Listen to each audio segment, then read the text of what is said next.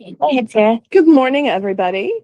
This is the January 9th meeting of the economic development. Oh, we're actually, Planning. we have to change it now. Oh, I changed everywhere else. Yes. Okay, I'll fix that next time. You even sent an email out. Economic Development Planning Planning and and Land Use clue. Committee meeting, right? Is that everything? Economic Development Planning and Land Use Committee for January 9th, 2026.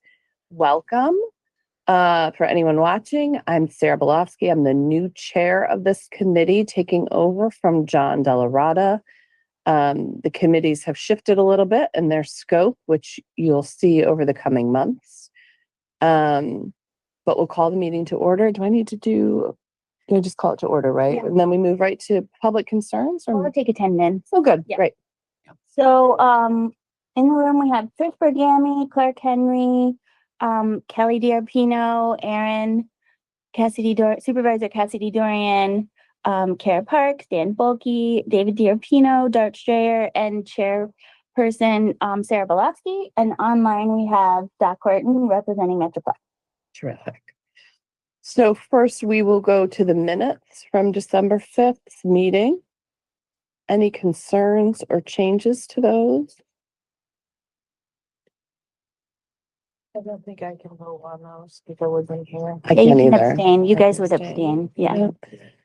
Okay. We still have a form, don't we, from this year? Yeah, I think so. Yeah, wait, I can check. Doc, Kelly, Dave, Dart. Yeah, we're good. And I make a motion that we adopt them as written. I'll second. Terrific. And you'll call the roll? Actually, we just do all in favor and Fantastic. Way easier. All in favor? Aye. All opposed? Thanks, Zach. And I'll put abstentions from Sarah And and Sarah. Yeah. Terrific. So next step will be resolutions, Finance Committee. Laura, you want to lead us? Yep. So the first one, I'm just a reminder, we called for the public hearing on the adoption of the open meetings law, remote attendance policy. So I thought about asking for a resolution at the same meeting, but I was like, you know what, we don't need to rush it. So let's just do the public hearing at January, and then we'll see if anybody has anything to say, and then we can potentially adopt it in February. And Laura, just for the record, explain sort of what the policy is. Right. So after COVID, we have been doing remote meetings. There was a like a law from New York State that allowed the hybrid meetings. And the main provision for it sunsetted, I don't know, like a year or two ago. But there is a provision now that allows them to continue. You know, you have to have good reason for not coming in, but every single person that I've ever had attending remotely has a good reason. So I'm not worried about it. Childcare counts, not feeling good counts, being far away counts. It just has to be, it just can't be that you don't want it to come to the meeting, which actually was allowed in COVID, but isn't allowed anymore. And, you know, so, and we've been following the policy really closely. But when Shoshana Bewley came, she recommended that you actually adopt the policy and that you actually put their language on your agendas. So we note on our agendas that they're hybrid meetings, but she has very specific language, and that just tightens up the whole process and makes it, you know, just a little bit stronger if we're ever challenged about it. So I realize there's a section in the updates that we made to the committees, the legislative committees. There's a section on remote meetings that once we pass this, we should probably go back and update that again. Oh, okay. Just so it matches, but I didn't even realize it was in there until I was looking through it. I'm like, grab this page. So I just need Albert remind myself. And just so I understand, that will be on the 27th. the public hearing. Public hearing Yeah. will be on the 27th. Yep. I did put the, here, I'll share my screen. I did put the proposal language in the packet. Okay.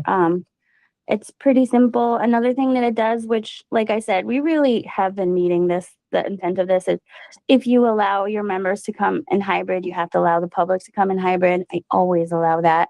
That was one of the big approval things that we got, I think, out of COVID, because some people really struggle to make it to town. So I also think you just like for, you know, some of the more planning board, I think, than anything else, because planning board, you know, you're really trying to work with the people that are affected by the project. So finding ways that they can attend, you know, as easy as possible. Yeah, I would say that's true. And especially because for planning, projects can take months. And so you're asking people to continue to come back, especially if they're traveling. And it's worked very well. Yeah. Terrific. Okay. So that's that one. The next one is the resolution for approval of the, special use permit to have a house of worship and a single family home at 3406 Albany Street. We have talked about this one at length, so, and well, Sarah knows about it because from the planning board. But we have to double check with Elena because we think that she might be precluded from voting on it because she was on the planning board. Not 100% sure. We gotta check with Elena. Oh, I think actually that is a thing. I think I remember Elena saying something about that.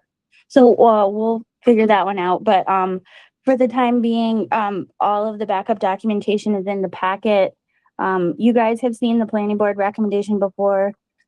The planning board really recognized that it's an allowable use, but the lot is really small and there could be impacts to the use. So put a ton of conditions trying to make it, as minimal impact to the property as possible, and they're only recommending the special use permit with a lot of conditions. Their findings are in the packet, pages 14 to goes all the way to 18. And then, I don't know that you guys have seen this yet. I did get it out and finish it up. The CAC's recommendation to the town board is also a negative declaration. But they basically found the same things, agreed with the planning board, and only recommend a negative declaration with the conditions that the planning board talked about. And the one kind of difference they had was they just want to make sure that the parking is never really paved. They just want to keep the parking grass so that it always looks like a yard. Did anybody have any questions about that one? Okay.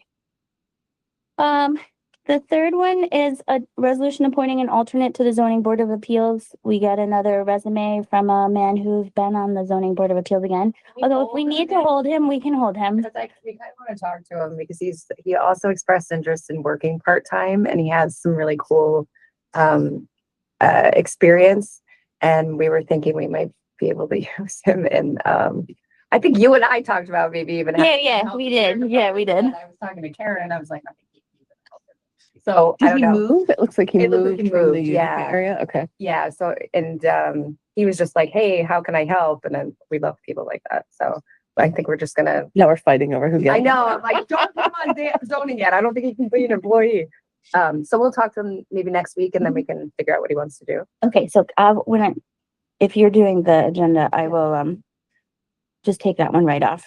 I'll put it in the next meeting if we need it. Okay. D is a resolution appointing a member to the Complete Streets Committee, Cynthia Holmes. She's basically been attending every Complete Streets meeting for the last like almost year. She lives on Route 7. She's a really good reader. She's a very good communicator. And I think she would be a good, she really cares. She and I spoke at length about Safe on 7. And she has some really interesting background. She worked for BOCES and did a lot of playground safety and health and safety, right? Risk management kind of things. So I think she'll bring a very good perspective to those projects for sure. And Now there's still one more vacancy. yeah, there is. We already know There that she, you know, she sort of fits there because she literally comes to like So we still have one more opening. Yep. Okay. E is a resolution setting TDE rates for 2026. I added this on from when I first sent it out to you because one of our TDEs sent me their rates and I was like, oh, forget about that. So every year we adopt a list of town designated engineers that the planning department uses to help with projects. And obviously their rates change from year to year. So every year at the beginning of the year, we adopt their new rates. I only have one set of rates. But typically we have 3 to 4. We didn't adopt a list though, right? We do it when the rates are sent. Is that what you said? Right, yeah. Right now, we're just operating off of the last year's, sure. But we haven't assigned any new projects yet, so that's okay. F is the ceremonial resolution recognizing John. Oh, I spelled his name wrong. Take that too. John Delarada for his many years of service as a Niskuna town board member. Sarah's being gracious enough to sponsor this, but I'm also gonna ask Bill McPartland to co-sponsor because Bill worked with John. So it'll still come out of our committee with Sarah, and then we're hoping that Bill will do a presentation of the resolution. And then the next one I put on is actually not really coming from this committee, but we forgot to talk about it before. So we'll also have a ceremonial resolution recognizing Jason Moskowitz for his years of service. This will come out of Ashok. He will sponsor it because he is the one that took over his committee. But again, we're hoping Bill McPartland will co-sponsor and do the presentation because he worked with them. So if that's okay with everybody. Okay. And they both know this is happening, just from a housekeeping standpoint. They've been invited. Okay, great. Terrific. Yes. Maybe send a reminder. I feel like what happened in December stayed in December. Now we're in January. Jason on the way out. You did. Perfect. Awesome. Good, good. Actually, John is the one that we're probably worrying about. Yeah. Exactly. Perfect. Thank you, Kelly. And that concludes, yeah, okay. And so moving on to discussion. I have a weird one that I brought up yesterday in Highway and Parks. I had a relatively new contact at National Grid. I don't know if this job existed before and they just never talked to us, or if this is a new position, but they have like a lunch, like a government liaison at National Grid, which is great because now we have someone to talk to when there's issues. But I'm realizing one of the reasons that they were forming this relationship is that they are looking to do some sort of very weird National Grid gas something or other project in Niskuna. Very preliminary. I don't even know, really, they haven't really shared what it is, just the name of it, and it doesn't make it. It's gas regulator station or something like that. So we're setting a meeting. I think I sent you an email for next week or the week after. I'll have highway. I think, Dan, I included you on that one as well. Water and sewer planning, and make sure that Elaine is in on the meeting too, just so we can get more information. And I'll share, whatever comes out of that. But it's just sort of a nice little weird one for today. And then we talked about 2 grants that aren't on this list because we didn't apply for them. But do we want to talk through? Oh, I'll add them. Yeah. That's, I have actually, I may have 3 there's of a them. parks grant through the state that Laura and I went through. What was that grant? I can't remember the end of last year. It was a BRICS grant. BRICS grant to Mhm. try to get money for a new town pool, which is like pie in the sky, but we're always just like trying to find whatever we can. There's a grant that has a 10% match through the state of New York, up to 900,000, which wouldn't pay for a full pool, but it would be worth it to try to finance the rest of it because our pool is in such disrepair. So we talked about it yesterday in Highway and Parks to apply for it. I'm pretty sure we need a resolution to apply for it. So I put it on theirs, Laura. Oh, okay. Yeah, so we don't need to put it on this one, but I want to make sure I check with Elena to see if we need it because we would have to pony up some money for it. So we are going to reuse some parts of plans that we used before and just see what happens. So I don't have like a ton of confidence, but again, we're just going to try to go after whatever we can. Maybe they'll get sick of us. It's worth it. Right? It will. Give them some money. Here's some money. Yes, yes, I like that. How approach. much is the grant? It's up to $1 million, but the 10% match, so it'd be up to 900,000. I mean, I don't know if we'll. Do you have any, what is the pool? I should know this, but like a pool range? So we just talked about this yesterday because the pricing has changed so significantly since they had actual drawings made up. And the last time there was real drawings for a pool, which I think was the 2016 art Right. plan. Yeah. And that's forget it. Those Yeah. are not even feasible. The other thing is that the last time we did the BRICS grant, we put a community center attached to it. So that was a much bigger project that we had asked for. I think we came up with something like 5 million or something like that. But that's I don't even really know if that's a feasible Real. number either, somewhere between 3 and 5. Are we So talking about the pool? The Niskayuna High School pool, when it was built, was about $3.4 million. Well, it's inside that was though. inside too. But that was long. Yeah. Yeah, no, but you were completely right. We submitted the pool for 1.5 million. Yeah, that's what I Yeah, you thought. were And I was like, completely then, right. okay, when we You went back, were right. all right, good. You're like, like, I thought it was even more than yeah, that. it was 1.5. And it would mean that we wouldn't have structures attached to it. It would be very like basic, but my thought is that we would be able to add to it, like make the plan and start where we start. I think it would be worth it because we're actually losing a lot of money on that pool because it's in such disrepair. We're just like running water through that thing. So, we got to do some, anyway, we'll start where we start and Yeah. hopefully it turns into something eventually. Um, Move to grants. Yeah. Yeah. so actually, just to follow up on that, 2 grants that we talked about that I didn't put on this agenda, are the transportation, assistance program, the TAP program. We submitted, 3.4 million for this one last time to do the work on Route 7 in front of Bellevue. But the state is kind of helping us with the Route 7 work on front of Bellevue, well, helping themselves. And, so there are other things around, and I think especially if they're just doing a median or a broken median, it's that there's a lot of different treatments we could do, even some of the gateway treatments, things that help the pedestrians. So, or even extending potentially what the state is doing a little bit farther down the road with federal highway money. So, we did want to try and submit. I have been going to the mandatory meetings, but I just found, well, it's not just found out, but was reminded that we have to do a mandatory pre-submittal by the end of next week. So I'll work on that. But if either of these need a resolution, I will double check. If they do, and the submittal dates are in February, There's a match, right? Is there a match? yeah, the TAPS grant is 80-20. We have to do it. There's a match, I think. Because we're, Probably. like tying ourselves to the. Right. So if, and then the other one I want to talk about, this is, Ashok has really been working with me on this one, is that there's a DEC grant. It's 100%, funded, no town match. I mean, of course, obviously ours, which is a match, but not required, just involved. And, what it does is it lets towns purchase land outright to preserve as forest land. So there's a couple places that we're looking. The main thing you have to have for this grant is a letter, semi-written in blood from the landowner that says I will sell, because they don't want to be awarding the grant, with an idea that that's what the town wants. But no, the landowner has to agree to sell, and then you're able to submit. So this grant's due in February too. I'll just make sure if it needs a resolution, we'll have to get one on at the end of the month there. So I'll check both of that. If not today, then Monday. Ashok and I are like taking aerial views. Yeah, we were.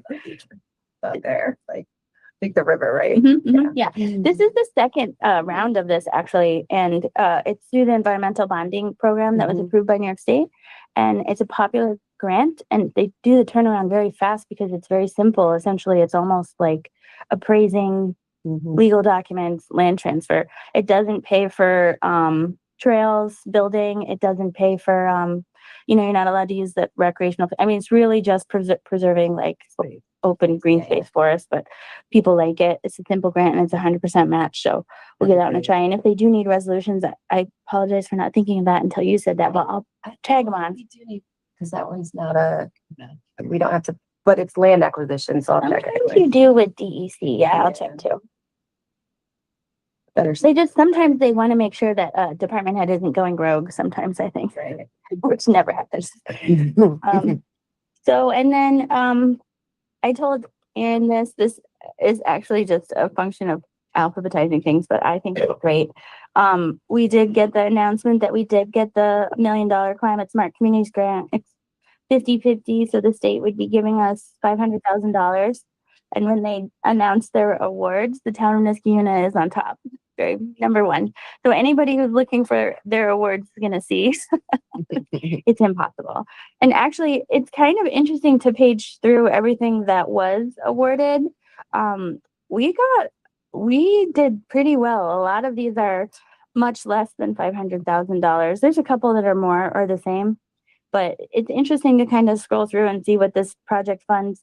This project does come out about every 2 years, and to your point, Erin, about continually submitting, this is the second time I submitted this grant. So I think that, it does help to just keep chipping away. And every time you do it, you get a little bit more shovel ready. I find as long as it's something that you really want. So it's never a bad thing to keep trying. So what happens next with that? So, next, we have been working on the engineering. I think we're at the point where we can share the engineering with the owners, which is what we've always told them that we would do. So, we're trying to schedule meetings in late January. I talked to the school, and the meeting for Route 7 went so well at the middle school. They were okay with me using the elementary schools, which I think is like a nice kind of neutral place where people don't have to come so far. So we're looking at scheduling a meeting at the Birchwood Elementary for the Birchwood residents and Hillside for the Cornelius residents. Birchwood, I've been talking to the residents and trying to get a date that works for a lot of them. I think it's going to be January 22nd. And then Cornelius, we'll have to figure out the date for that one. We have like a list of emails for two groups of residents, or is it just I have kind of? emails. I'm gonna send them a letter Okay, in the mail. Anybody who's, I wasn't sure how far we had gotten as far as. I do have a lot of the Birchwood emails because a fair amount of the Birchwood people come to, send emails and come to the Complete Streets meeting. Okay, Yeah. Cornelius has got to be a lot more, right? Or no, wait, maybe not. I'm thinking of it because Birchwood is kind of longer than I. It's probably about the same. Yeah. How Yeah. many people? Roughly? No, it's less than that. Less It's than that. probably like 3, maybe 15. I know mail is expensive, but I feel like in this case, Oh, the yeah. official letter is really a good idea, even if they don't come, right? Just so they know. Like, it'll be a big project. Mhm. Yeah. And then is the timeline driven by us or driven by the state in terms of when that? Well, so, Okay. yeah, so I mean, that's actually a step that we were doing even without getting the grant. The grant, we won't really be able to move forward on the grant until we get the grant document signed. Yeah. The first step really for the grant is, to put the engineering and the Mhm. engineering out to bid, because you're gonna have to put the bid documents out. And then, you know, but I wanted to make sure. That we're gonna have enough with $1 million, like 500, 500. That was all the engineer's estimate based on the preliminary engineering, Okay. so that should be pretty darn close. Good. Yeah. And then if not, and you just never know when you put stuff I out to know, bid that's though. why I'm always like. That's But- coming. The bids come in definitely cheaper when you put it out in the beginning of the year than the end. do. So it depends on how quickly we can turn the grant paperwork around, but probably, we can work on public outreach and engineering bids and packages, and because it's January now, it'd be unlikely to do actual construction this year unless we're doing it towards the end of the year, which is when it gets expensive again. Mm. So, maybe the best target is to target, spring of next year construction. Yeah. Good. Let's see, sometimes they'll pick up a project towards the end, but usually they're totally maxed out with their stuff, contractors. Okay. So the Route 7 linkage study has the public input from following the open house at the Iroquois Middle School is closed. The consultant has put the input together into a document, which they've just sent out to the study advisory committee, Sharazan. And they'll go through the kind of findings. I am not surprised by this, but I think that DOT may be surprised by this. Like over 72% of the people that answered were in favor of median on Route 7. In favor of. Mhm. Yeah, Yeah. that's so interesting. It's so Yep. interesting. Like The only reason I think that is 95% of, The loudest people are the ones who are against it, but it Yeah. must be just that there's fewer. Mhm. And we had over 300 responses. Yeah. It's pretty good. Yeah, it is pretty We've good. had really good response Yeah. rates. Yeah.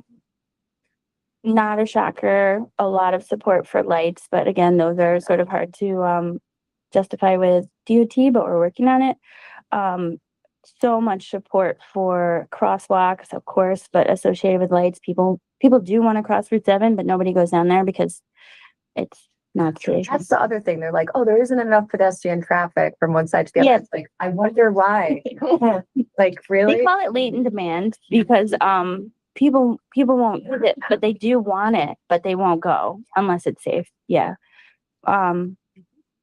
And some support for some of the trails connections, but we did get some frustration. I think that there were trails connections in there because it was a safety study, but it's also complete streets. But you know, for anybody who felt like, why are we even talking about trail connections? It's just because it's a greater long-term planning study. It's very low fruit, came out as low priority. A lot of people liked it, but it came out as low priority, which makes absolute sense. Those are just long-range things that we might work at someday. But what we're really working on right now is making Route 7 safer and getting people to be able to walk there safely if they want to or need to. Get those bus stops, upgraded, get the crosswalks, safe, all those things we're going to try to do. Without having read it in detail yet, because they just sent it, given the strong favor of medians, is there a possibility where the DOT's chunk could almost pilot Yeah. those? Oh, And that's That's the what I was plan, thinking. right? Yeah. And then we see that that works before we keep. And there's a little bit less, there's less driveways there, I think, right? There are. And that's that Mhm. like curve, so Mhm. we could just kind of, that would be a little less people yelling at us. For a while, and then, well, right, and then people seem to accommodate. I always go back to the co-op where people were so angry about the changes being made and so freaked out, and now people get it and it's much safer and they acclimate to change. Pardon? It's so much safer. Even the cars parking. Yeah. Not flashing right in front of the. Yeah, the crossings are safer, the sidewalks are, we forget, but there never even used to be a sidewalk on the other side of the road. Right, right. It's just dirt. Or was there support for a bike path as well? Yes, there was. Yeah, that was supported. Yeah. I got mixed review on the mixed use path though, because the e-bikes. Yeah. because e-bikes have no regulation and Right. people are very nervous that that's going to become an extra lane of people going 30 miles an Yes, hour on scooters. It's a And even- priority for Fleet Street Mhm, thing. We're gonna try yeah. to work with the county to see if we can come up with something. Good. That's a really reasonable concern. Even if, a multi-use path along Route 7 is obviously a good way to separate pedestrians and Yeah. bicycles. Even if we safety Route 7, you're still not going to see very many bicycles in the lanes. They're just not going to do that. And a lot of them won't bike on the sidewalks. But if we are able to get a multi-use path there, that concern is really valid. And we've got to figure out, for everyone, even for people who are just using the Empire State Trail, and they're just happily walking along, and then an e-bike goes by at like 30 miles an hour.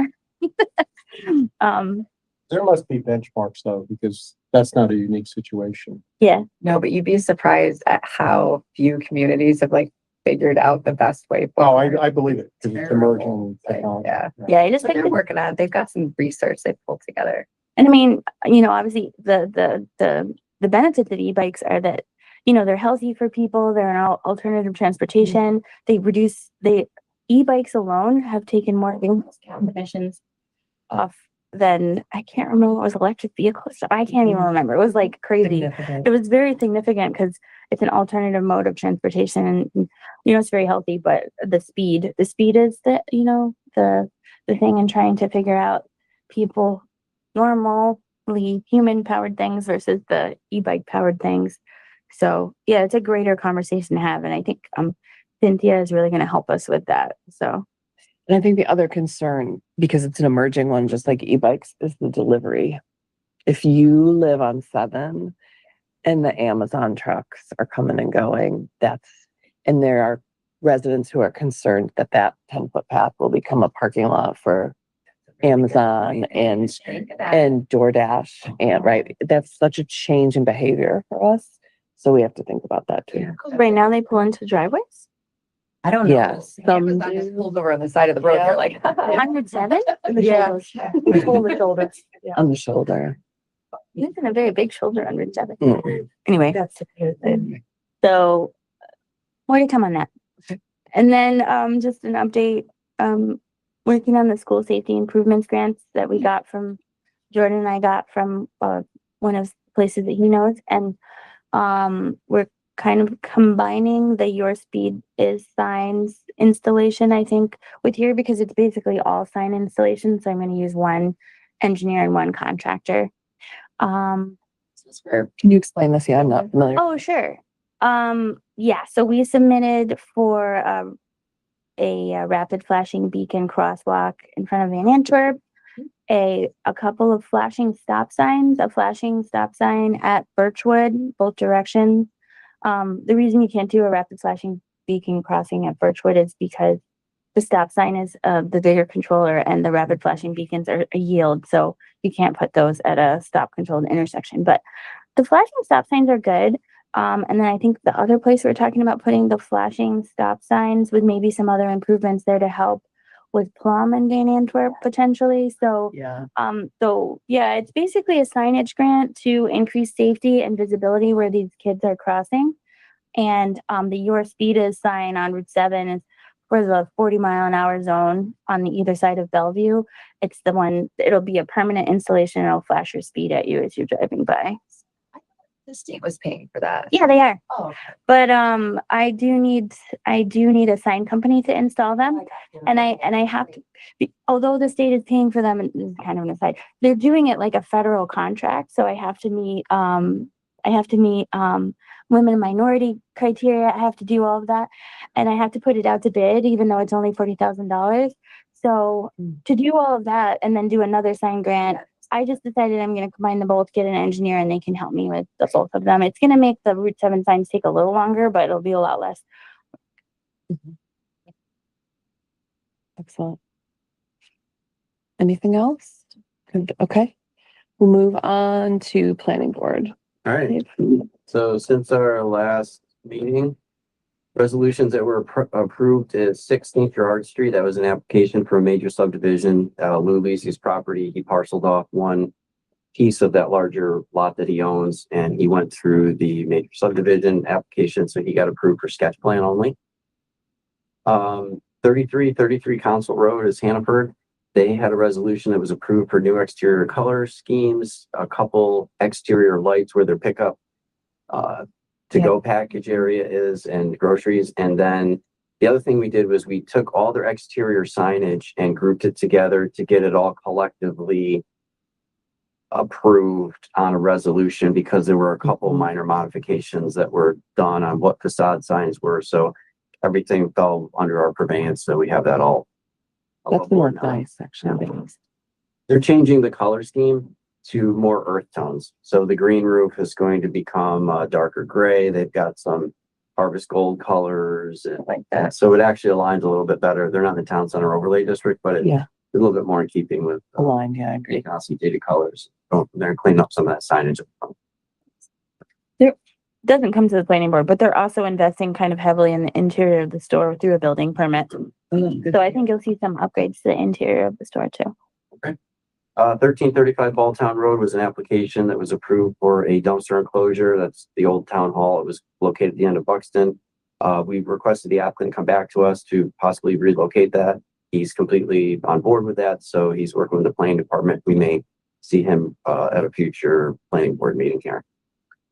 Active projects are 2757 Aqueduct Road. That's the planned unit development called Niskuna Harbors. There's been just some initial back and forth with scheduling these planning meetings about reviewing their most recent plans. Nothing significant has changed from any of the information you've seen at the end of 2025. They're working on the bike path connection, access to the river. There's some DEC stuff that they have to go through for some initial paperwork. Applicant seems to be moving forward with that. And then we're going to see what their collective information is for the next step. And they'll probably be back in, I'd say, a month or so to the planning board. Yeah, because we got that meeting scheduled, I think. Right. Right. We're going to schedule a coordination meeting with them in January and then get them back on the docket. So let's see. 3900 State Street, that's a Kia automotive dealership. They're going to revert back to a previous site plan. So we're just tracking that as an open project or active project. We haven't seen anything from them on that, but they did indicate that they were going to go back to one of the original plans. 2037 Aqueduct Road is an application for site signage for Rivers Ledge. So this is again, a two-step thing. There are, we'll call them the large pylon signs that are there that are installed. We've gone through several meetings with the applicant. That's what they want to move forward with as part of their PUD. There's a secondary sign, the Realizari signs, which are a little bit more standard, maybe under 40 inches high, masonry base. That's going to be part of the other two places on, which would be new signs that are added. So after several meetings with them, they decided of all the options that we looked at, what's installed is what they want to move forward with. It's a mixed review of the planning board, from setting precedent with something that's being done, how a PUD can operate, kind of out of a little bit different purveyance from other applicants. And they, overall, they were a great applicant to work with during the whole process. And they apologized profusely at the last meeting about not following the correct protocols. So, and that was the owner that came and was at the last meeting. So we'll be taking action on that on Monday night. And then we talked about 3406 Albany Street. That's the place of worship. So that will be going to the town board. New projects, 39 or 398, 390 Anthony Street. That's J-Dog junk removal. There's an application for a lot line adjustment that was never taken as a full executed application 4 or 5 years ago. Yeah, it couldn't get recorded at the county. Right. Right. Yeah. So the applicant came back, had all the paperwork. It just never got executed. So they went back through the whole process again. It's a very straightforward lot line adjustment, makes more rectangular and conforming lot sizes. So the applicant's been great to work with on previous projects, and They're so happy. They're Yeah. so happy to get this done. Yeah. so it's just it's kind of like more of like a housekeeping thing, Mhm. more than anything. So they're coming on Monday night. 2305 Knott Street East. This is Katrina's Mexican Grill. So this is an interesting project. The owner requested on a one-time special use application to stay open extended hours. So they closed between 10 p.m. or 11 p.m. depending on the day of the week. They wanted to run an event that was going to go past midnight. They had an application. There was some coordination with the town. That happened. Since then, the owner has requested that they want to do this with some more frequency. So in between the first event and other subsequent weekends or weekdays, the applicant has been staying open past 2 a.m. And even though their application is requesting to stay open late, they are a restaurant. They can have live music, but there's a big question as to what their classification is as far as that use. Staying open after hours, there is a bar in there. Some of the indication was people that would be under 21. So the dialogue that the applicant told the planning board was happening between law enforcement and planning was not exactly correct. So we reached out via the planning department to other department heads here. We've had several conversations. There's been a lot of information that's been distributed via some of the socials that people have found out about. So the applicant has been removed from a resolution down to a discussion item for Monday's meeting. We have reached out to them as the planning department, cease and desist on any extended hour operations are moving forward. So they've been notified that we're going to have a candid conversation about the precedent this is setting for having this type of business model in Niskayuna. We don't really have anything that's open later. It's very rare that we have stuff that runs on past 11 p.m. We're not an area that has a heavy, commercial district that seems to attract after hours areas. So all conversation pieces we're going to have with the applicant on Monday night. I mean, the proximity to residential, while not right in the middle, Mhm. is not far. And further, the fact that it exists on the edge of a school property is also pretty Yeah. significant. I have like such mixed feelings because of course we're like the constant conversations. We don't have enough restaurants and nothing ever is successful in that spot. And I'm like, Mexican live music, right?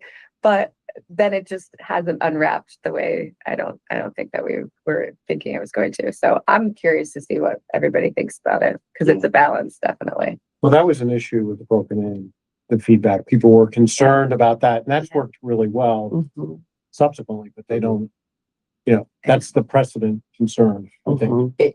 And the balance is that Yeah. even going back to when LT's Grove was there, is that music or anything inside the building doesn't really have a large spillover Right. as far as noise that's going to affect the area right around it. And there aren't other businesses that are open beyond that time frame at that point too. But the bigger concern is that at some point that spills out outside. And that's when you have noise outside. That's when you have traffic outside. That's when you have people telling, you know, you have to leave at this point. So I think that's a little bit more what the, you know, law enforcement is worried about is that, you know, sometimes if you have a place, the applicant has a place in Armory Square in downtown Syracuse. So where they're located is nested with 50 Everybody else is other open till 2, places, right. but it also, you know, when they, you know, their county says, hey, you're out, lights go on, people spill out into the street, and that's the next layer of what you deal with. Right. So we don't have that type of stuff. Even like downtown Schenectady doesn't have a dearth of businesses that say, okay, guys, closing hours here, boom, you're out. And I think that's part of the problem. So it's not just inside the building. There's a patio that's involved and a parking lot that's right outside, and it's on Balltown Road. So this one will be It's fun one. interesting one to start tracking. 1475 Rooted Beauty Hair Society is the tenant change. That's the old Studio Orlo. So Oh, we great. met with Great. the applicant Oh, I'm last so month. excited for that. It is very straightforward. Yeah. They're keeping the same footprint. There's going to be some interior modifications. So it is a direct tenant change. And they are looking to get going right after resolution if that goes through on Monday. That will be warmly welcomed. And then the last one we have is 3515 Rosendale Road. That's a 2-lot minor subdivision. And the applicant is collecting some more info on that. Part of that is a private road, well, I guess technically, and then Town of Colony has a small parcel that's in their thing, but we're the lead agency. So we had a very good meeting with the applicant. We tasked him with getting some more information to bring that back so he could get everything kind of into the information packet that we need to make a decision on that. There's a It doesn't even feel like Rosendale because it's that chunk when you're going up to Route 7 behind the Dollar Yeah. Tree, like from there down to Rosendale. Yeah. I got you. Okay, Yeah. that makes more sense. So if you were to cut through where the old Northwest Mutual was, there's a road behind the Dollar Tree that goes through. There's some private residence that's nested in there. There's some interesting configuration of the way the land parcels are. One piece is landlocked, but it's adjacent to a parcel that he owns. And so he's working to try to subdivide yet get that cleaned up a little bit back in there. And has a little bit of information he's got to get because we recommended that he goes to the Town of Colony, albeit even though that's a small portion of one of the parcels, so that he understands what's going on. And then Laura's department will reach out. It goes like right through that building, right? Like right. It goes right through the Dollar Tree. It goes through it goes through the Dollar Tree, but it takes off a corner of, we'll call it like lot 1. Yeah. And then lot 2 There's is, a house right there there is too, a right? gray house that's nested back in that property. Yeah. And then there's another one that's kind of all the way over to the right-hand side. And then you I then didn't get know. access to those back parking lots. And you can come out over by Hooked and the Sunmark Bank. There's a traffic light there. That's all interconnected. Yeah, I didn't So- know that. Yeah. So you can, there's a whole network of interconnectivity. Ultimately, it could be a good thing. It's just a little complicated. It is, yeah. And he doesn't want to dead end the road or anything. It's just a Right. matter of he's trying to clean up some of his properties. It reminds me of that fly road weirdness when you come up to New Carter. Mhm. Yeah. Mhm. That's where we are. We've got outgoing members of the planning board. Andrew was moved up. Joe Dresser is returning. And we have a full board full of applicants, we have a full board of alternates, and we always have a full agenda, it seems, so. Thank you. Zoning board.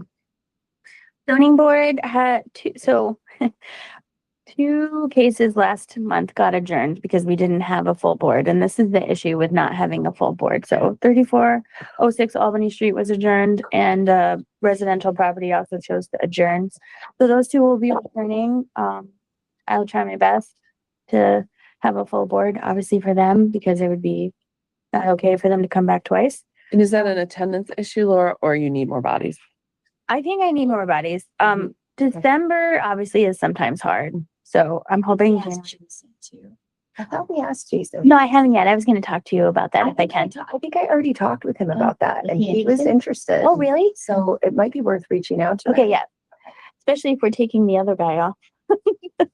Gordon, eh? Yeah. Well, I know, I was like, that's potentially.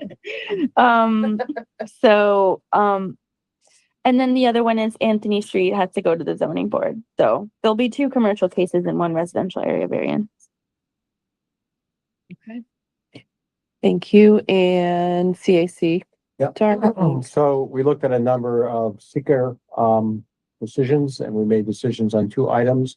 First one was St. Gerard Street, Blue Lisi. We looked at the subdivision. We gave it a negative declaration, meaning there's no environmental impact on that particular project.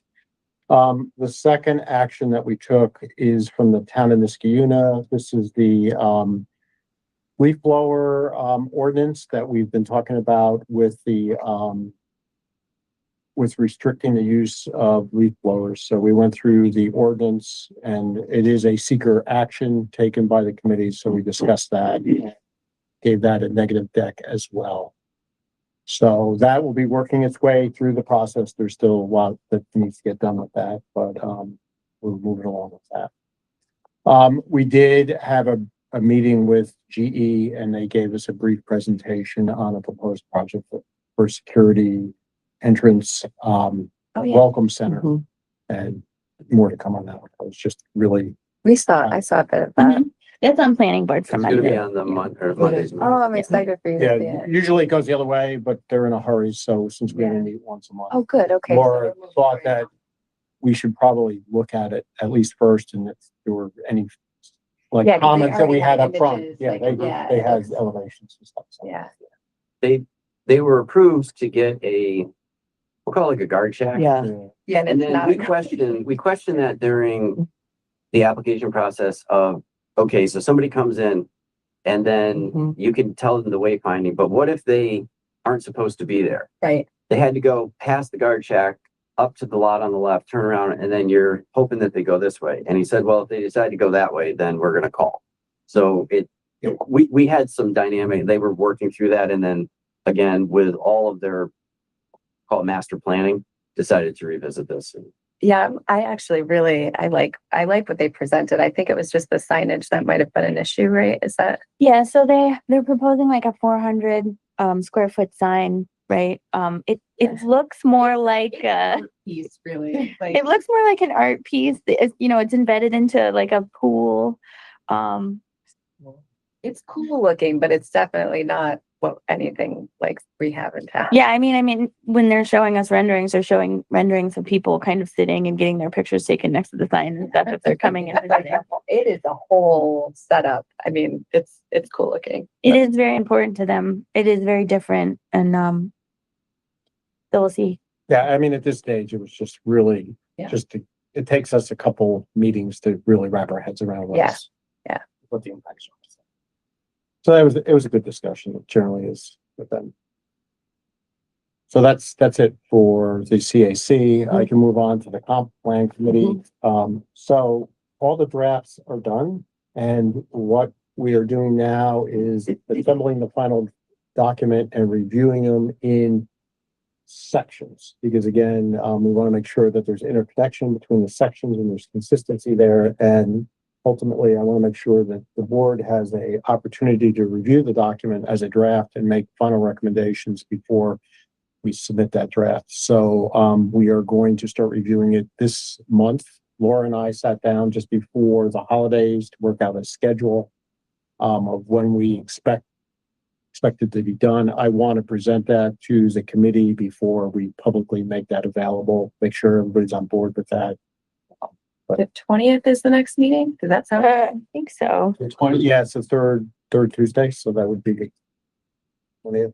Is that correct, Laura? I think so. I had it on there. I just. Yeah, the 20th. Yeah. I have a lot of Yeah. meetings, so I'm not quite sure exactly. No, that's right. Yep, Just yep. go over for me, so I understand. Yeah. You internally go over with the committee on the 20th, Well, that's not the whole plan. We're gonna have to break it in sections. Into in sections. uh, and then the board, and then the. Oh, okay, so the process Yeah. goes Flow. is, we've been working on individual sections, Chunk, and yeah. we've been working with various departments in the Mhm. town, complete streets, the utilities, Mhm. sewer management and stuff like that. And people read through the document, they make comments, Mhm. the comments get put in. Mhm. Then the next stage is assembling the document, Mhm. which is a Massive. big task. Mhm.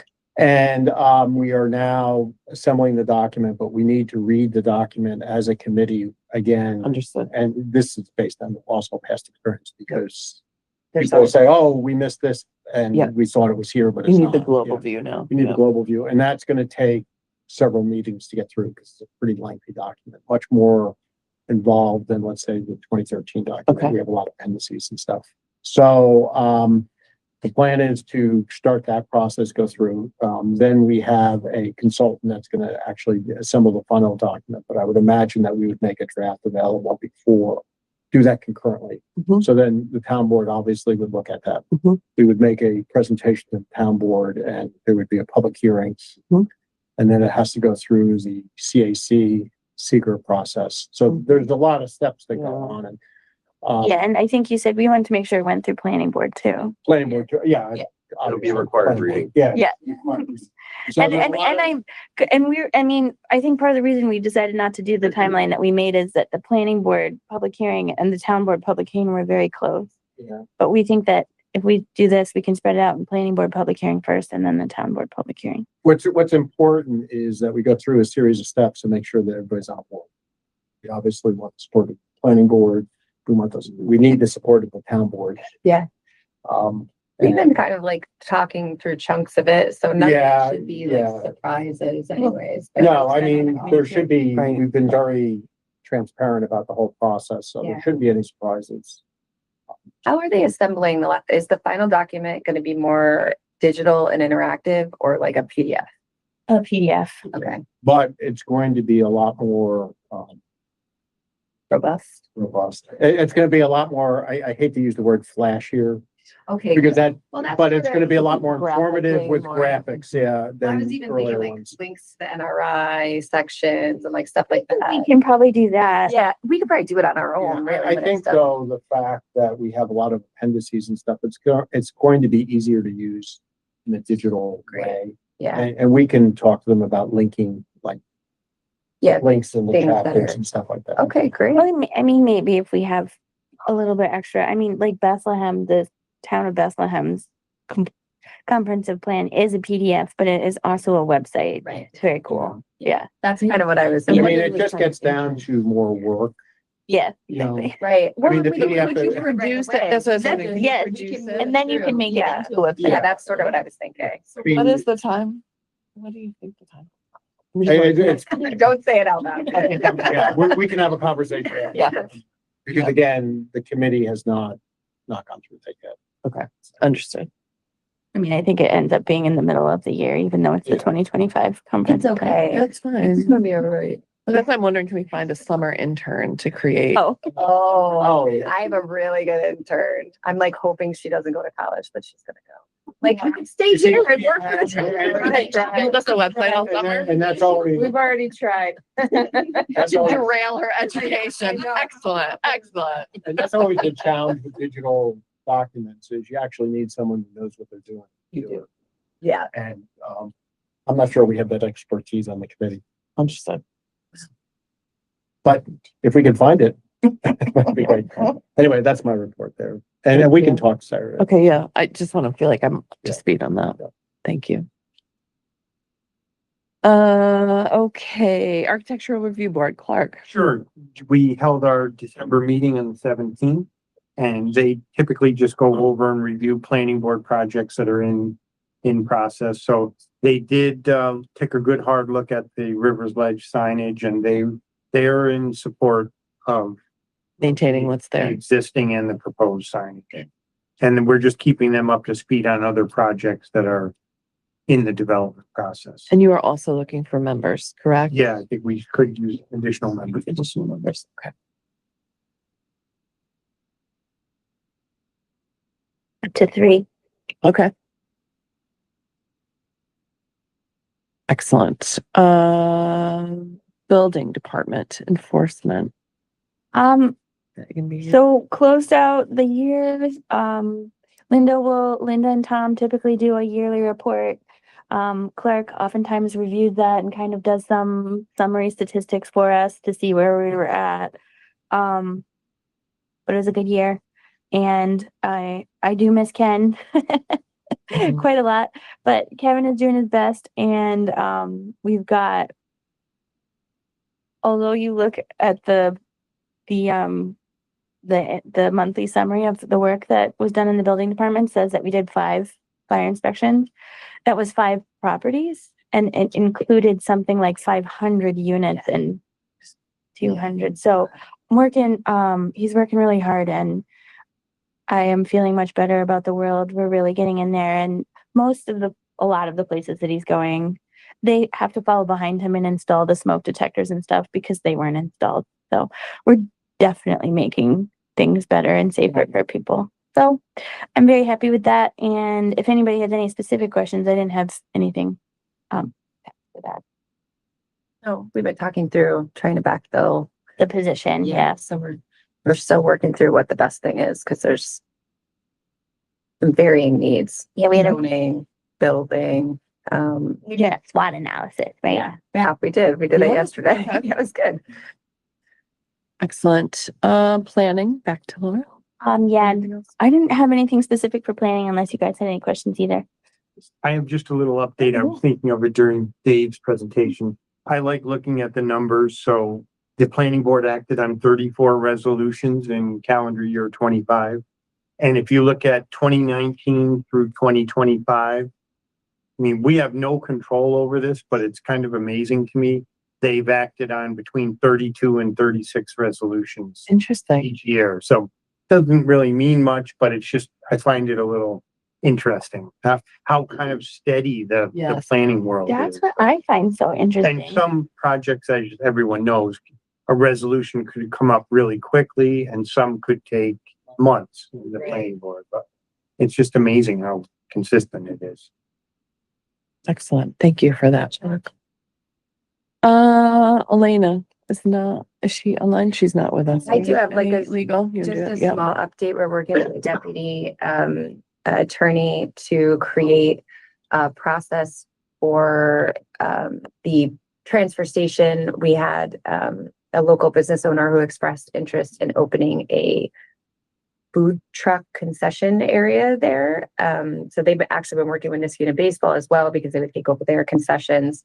There's a process we have to go through that if we decide that's something we want to put out there, we put it out there. Anybody who would want to bid on the lease, so to speak. So there's a few steps we have to go through, but we're trying to get it done by the spring so that if they do want to take it over for baseball, it's all set up for them. Is it like food truck pad? Is it that style? I think they want to use like the already paved area Mhm. and then the building that is a concession and bathroom. There's 2 bathrooms and then concession in the front. They're going to use that as sort of a kitchen. It's set up that way. And then they would have like however many food trucks they would have and then sort of a dining area, but they wouldn't have to put the pavement's already there. So they wouldn't have to do that much more work to the area. Like if we wanted to eventually take it out, it would not be a big deal. And so they work exclusively with the town and then they work something out with baseball separately? So baseball is sort of just like an agreement that Mhm. they're already, this particular business owner is already pretty generous with our local sports teams and organizations. So I think that they just want to make sure they can match whatever revenue they were getting from concessions. And so they're working something out separately, and we're not directly affiliated with Niskuna Baseball, so they can have their own sort of agreement and we just deal with the property Land use, Yeah. okay. Sorry, go ahead there. Yeah, sorry. Metrorex, yeah. Dr. Horton, Sure. thank you for waiting through to be here for us. Oh, no. It's all part of the process. Well, at our last meeting, there were no specific items relative to Niskayuna. However, I just want to remind everybody that at our February meeting, Ray Gillen is coming to give us an annual overview of Niskayuna's development, big picture, and how it actually links to the overall development of Schenectady County. Excellent. I put that in my planning folder for next month, so I won't forget. And again, we've had him to come in for several years now. It's always a fascinating and fantastic presentation, and it gives us all insight into how Niskayuna is developing, and most importantly, how it fits into the overall development, not only of the county, but also more broadly the state in a comparative sense. Agreed. I look forward to hearing that. I feel like it'll be a good grounding for all of us as we go into the year to have that understanding. Yeah, thank you. Thank you. Anything else? That concludes my report. Terrific. Thank you. So, we'll update this. Our next meeting is February 6th, but we will continue to be at 9 a.m. going forward. And do I need a motion to adjourn? Yes. Can I get a motion to adjourn? Oh, let me make sure. Anybody else, anything else that I, Just Yes, a sir. just a clarification. So our next meeting will be at 9 a.m. as opposed to 8:30 a.m. yeah, it's incorrect because we tried to do some updating. So the name of the committee and the time will be updated going forward. Okay. It'll be, continue to be at 9 o'clock, Doc. I just wanted to make sure I pass on the correct information to Ray. Thank you. Yes, please do. All right. And we'll put him at the beginning, like usual, and he doesn't have to stay for the whole meeting if he doesn't want to. He'll be a presentation at the beginning.